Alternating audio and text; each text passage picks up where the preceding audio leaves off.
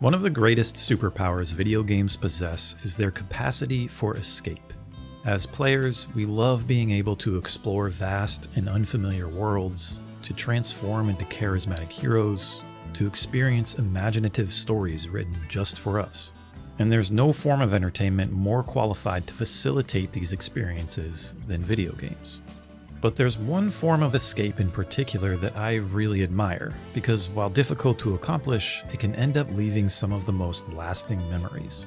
And that's the ability to go back in time. Okay, let's get more specific.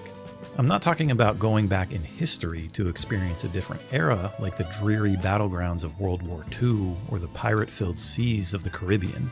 I'm talking about going back to an earlier period of your own life, to your childhood. To a time when imaginations ran wild, when every day of the week was an adventure, and when everything could be anything. It's an elusive blend of nostalgia for what you once knew and excitement for what you don't know yet. And in my experience, it's a feeling that can be incredibly challenging to replicate. That's why I was so happy to play Hifirush, because it's been a long time since a game came around that truly made me feel like a kid again. And this one just absolutely nails that feeling. The surprise release from Tango Gameworks garnered my attention with an immediacy I've not felt from many games recently. And it was clear from the very first trailer that they may have just hit us with something special, something that was highly entertaining, and maybe something that could bring out the inner child in all of us. There's 3 components to Hifirush that help it to produce this feeling. The first 2 are identifying features of the game's DNA that are immediately noticeable upon first glance, and even with a surprise release and nothing but a trailer to go off of, it was a safe bet that these 2 would be highlights of the title. But it's the third component that surprised me the most, because it's the one I was confident wouldn't have much of an impact on me, and ended up being the most memorable part of the entire game. So I'd like you all to turn your amps up to 11 and prepare to take a trip back in time as we explore the unexpected success and undeniable childlike wonder of Hifirush.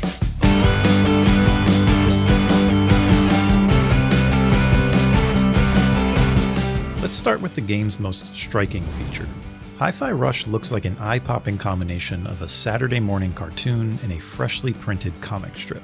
Its lively colors and ultra-stylized animations work perfectly in harmony to build one of the most vibrant worlds you'll find in a game. Imagine the confident coolness of the Jet Set Radio series, smash it together with the chaotic spirit of Sunset Overdrive, then add a few layers of smooth polish over that, and you've got the art style of Hifirush. To say that these are some of the most pleasing and most noteworthy visuals we've seen in a while is an understatement, and the animation is also at the top of its class. Every movement seamlessly captures the high-flying, adventurous tone that makes this game feel so youthful. Movements and attacks are expressive and fun to watch, cutscenes are a graphic novel come to life, and it's all made human with simple but emotive facial expressions and body language. There's also so much attention to detail and so many stylish extras present throughout this game, like the comic-inspired freeze frames used during cinematics, the humorous signage you'll see scattered throughout levels, many times referencing your own ineptitude or impending failure, and even the choice to make your upgrade chips shaped like guitar picks. Every piece of design feels deliberate, layering detail over detail on top of one another to create one of the best looking games you'll play this year. But it's not just the game's aesthetic that contributes to this vibrancy. It's also the palpable energy that flows through every part of every level. So Hifirush is a rhythm game, obviously, but I haven't explained why it's a rhythm game. During the introduction of the story, your character Chai basically has his MP3 player accidentally fused into his chest. Think like Iron Man in an Apple commercial. This technological mishap gives Chai the power of feeling the beat of everything going on around him, meaning the previously static world begins to move, bounce, and sync up as if playing a visual symphony before your eyes. The silliness of this idea is not lost on me, but this game is silly, and that's one of the things I love about it. Plus, the developers fold this piece of context into the story as well, giving it real purpose beyond just being convenient for the gameplay. But the more important part is that this choice creates an incredibly active, dynamic world around your character, turning what might have been basic-looking catwalks and hallways into thriving stages for performance that breathe in and out with every beat of the music. But there's a functional purpose at work here as well, because all of this movement going on is not some chaotic jumble of activity. In fact, it's the exact opposite. It's consistent and dependable. Tango Gameworks is very vocal about the fact that this design choice essentially acts as an accessibility feature, helping players visualize the timing of the beat for those who have a hard time hearing or feeling it. Most other rhythm games do this as well, of course, but I've never seen one take it to the level that Hifirush does, building an entire world that contributes to your ability to see the beat of the music. Now truthfully, I'm not sure how helpful this is as a feature, as I often found it even more distracting to be looking at my surroundings or even an optional tempo bar while there's enemies swarming around me. But for players who want to try this game and just don't have the rhythm gene in them, this might be a great thing. This part of the game isn't without its flaws. Despite each area being pretty distinct from one another, individual assets are reused quite a bit, and many of the spectacularly energetic sets serve simply as backgrounds and skyboxes rather than interactive parts of the levels. But as a whole package, the visuals in this game feel like the result of an imaginative dream, stemming from a group of artists who are clearly still young at heart. And this remains one of the only games I've been able to collect footage of my character just standing there and still have it be visually interesting enough to include in a video.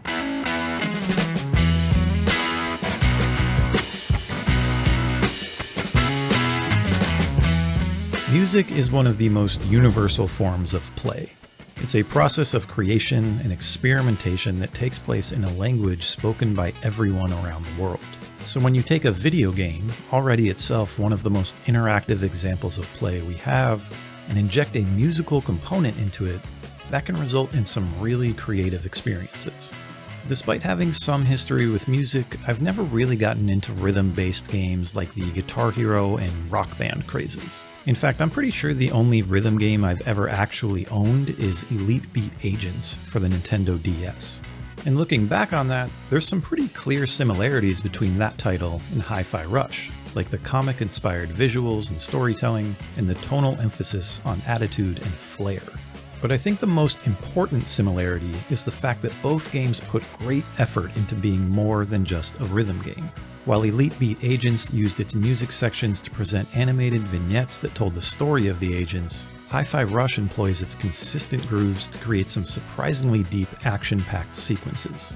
The game implements a combo-focused combat system that has you flying around, swiping and slashing enemies, while using your dash and magnet movement abilities and calling in your sidekicks to help out with special attacks.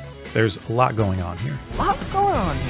Combos don't really need to be input on the beat to work, but there are advantages to doing so, like the finishing hits that allow you to deal extra damage when you time it correctly. The strategies and fusions of actions you have access to make for some really free-flowing combat if you can learn how to utilize everything at your disposal. In a single fight, you may find yourself calling in a partner to stun nearby robots, while you grapple over to a flying enemy and deliver an airborne combo that finishes with a downward blast, also damaging foes below you. Combinations are varied, and you have at least one for every situation, including AoE attacks, ground-to-air transitions, and crowd control. Certain actions and abilities have multiple applications as well. For example, one of your partners has an ability that can be used to smash heavy shielding, but you may also choose to use it to send a group of smaller foes flying away so you can focus on what's in front of you. And of course you have your charged up ultimate-like abilities that result in a cinematic special move that lights up the whole battlefield. And all of this is going on in real time along to the beat of the music. It's unique, it's exhilarating, and it looks really, really stylish. Fans of other combo-heavy action games will likely feel at home here, but the decision to combine this system with a rhythm mechanic turns it into something really fun. It's hard to describe how satisfying it can be to get into a real flow and cruise through a wave of tough enemies with the music intensifying and the beat driving you along. The boss fights are particularly electric in this regard, and the best comparison I can give is when you finally strike the final blow on a difficult boss in a Dark Souls game, perfectly timing every attack, dodge, and parry leading up to it. Only in this case, those actions take place on the beat of the music, rhythmically pushing you from one to the next, ending in a literal crescendo of sound and visuals. You can feel the momentum you're building as you nod your head along to the music, and it results in a really unique form of flow you won't find in traditional action games. And the fact that you're using this mechanic and translating it into a fully fleshed out combat system makes you feel like you're truly in control here. Part of the mass appeal of rhythm games is that they're a way for players to feel like they're a part of the creative process of making music, even though we're really just following along with what's already there. The goal of Guitar Hero is not to replicate playing the guitar, it's to replicate the feeling of playing the guitar. And it does this well enough that you still feel as if you're the one responsible for creating the music on screen. That's a pretty incredible sensation, especially for players who maybe normally wouldn't know where to start picking up a musical instrument.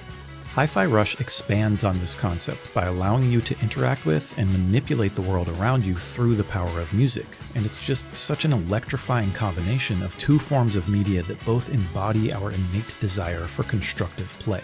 It's because of this component that Hi-Fi Rush isn't just an action game with an added rhythm mechanic. The music is the heart of this title, and it influences every piece of it. And its ability to make you feel less like a player in a game and more like a musician in a band taps into a creative process that often gets lost on us as adults. This piece hits home for me in a big way, but I fully recognize that the musical component of this game is not going to click for everyone. But if it clicks for you, it's going to feel really good. I played Hi-Fi Rush on the hard difficulty, and if you're capable, I'd highly recommend you do the same. But even if you don't have an ounce of rhythm in your body, you should still consider picking this one up and playing on the lowest difficulty that allows you to progress. And the reason you should consider that is because of the final component to this game's youthful magic.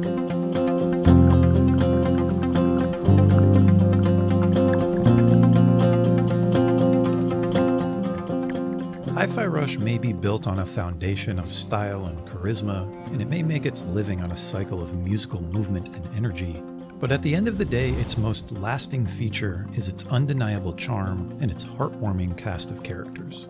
Video games have always been an excellent medium to showcase some really memorable gangs of friends, creating lasting bonds and memories between the player and the characters. Hi-Fi Rush is right up there in this aspect, and it remarkably does so in a much more condensed playtime than many of the other examples I can think of. Your supporting cast here is likable, funny, and exactly the type of people you'd want by your side in this type of adventure. And this is one of the most imaginative and enjoyable adventures you can embark upon. This game is the closest you'll ever come to playing a Saturday morning cartoon. Obviously, the art style is the first piece that fits that comparison here, but really it's the story, characters, and dialogue that form the full picture. And it's not shy about steering full force into its identity. The game frequently breaks the fourth wall and uses self-referencing humor to point out how much it knows it's a video game. How does your whole team get back to their hideout between missions? Why are there painted arrows pointing your way throughout many of the levels? Who built these complex water generators and jumping puzzles instead of just using a simple electric switch? The game delivers intentionally flimsy explanations to these questions that always somehow just make things funnier rather than pulling you out of your state of immersion.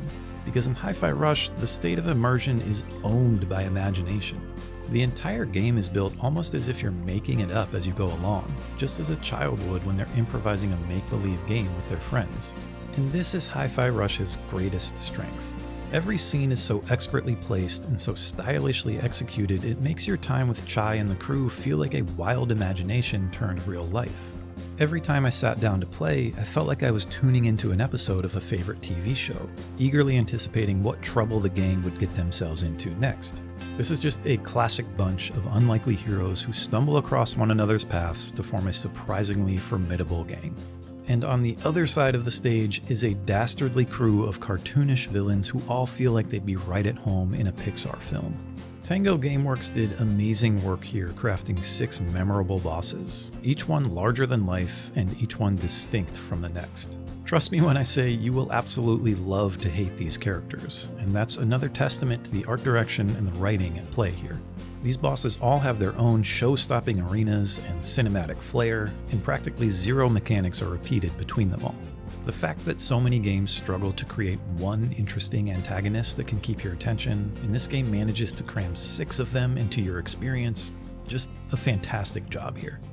At the end of the year, Hi-Fi Rush is likely not going to receive recognition for its writing and direction in an industry trying to take itself more seriously with deeper narratives and more mature themes. And that's a shame, because I'm not joking, this is some of the best you'll find in gaming. It's a pitch-perfect adventure with a heartwarming story, entertaining dialogue, and fantastic casting. Hi-Fi Rush is cheesy without being childish, it's slapstick without being eye-rolling, and it's over the top while still being able to stay grounded thanks to what eventually becomes true emotional attachment to its characters and villains. This was without a doubt the piece of this game I was most surprised by. After seeing the initial trailer for Hi-Fi Rush, I knew it would be something fresh, and I assumed it would be a stylish good time, but I was not expecting to enjoy my time spent with the game's story as much as I did. And despite those expectations, it was never the exceptional visuals or the music-based action that kept me booting up this game each time. It was the attachment I felt to the world, the narrative, and the characters in a way that made me feel like I was truly along for the ride with them. Who among us has not imagined some fantastical adventure taking on a wacky and weird cast of villains? Who hasn't built their own version of a hideout they could sneak away to for concocting secret plans amongst friends, real or imaginary? Who's never envisioned scenarios in which we've gained superpowers or skills we could normally only dream of? These are rhetorical questions, of course, but perhaps the more important one to ask is, when was the last time you did those things? Well, if you've been waiting for your chance, it may have just arrived, because Hi-Fi Rush enables you to do all of those things and more with a truly unique experience that makes you feel like a kid again with every strum of the guitar. By making the player the star of the rock show and building an entire game outward around that centerpiece, Tango Gameworks has managed to achieve something very few developers are ever able to do. And that's why Hi-Fi Rush is so much more than a cool-looking rhythm game. It's an opportunity to go back in time and find the sense of wonder hidden inside you as you embark on a one-of-a-kind adventure once more. Well, that was fun. Hope this video sparked your imagination or ignited your creativity the same way this game did for me. If you want to see more content on games that boldly stand out from the crowd like Hi-Fi Rush does, do me a favor and like this video, subscribe if you're really into this stuff, and leave me a comment letting me know what other games have given you the sensation of feeling like a kid again. Thanks for watching.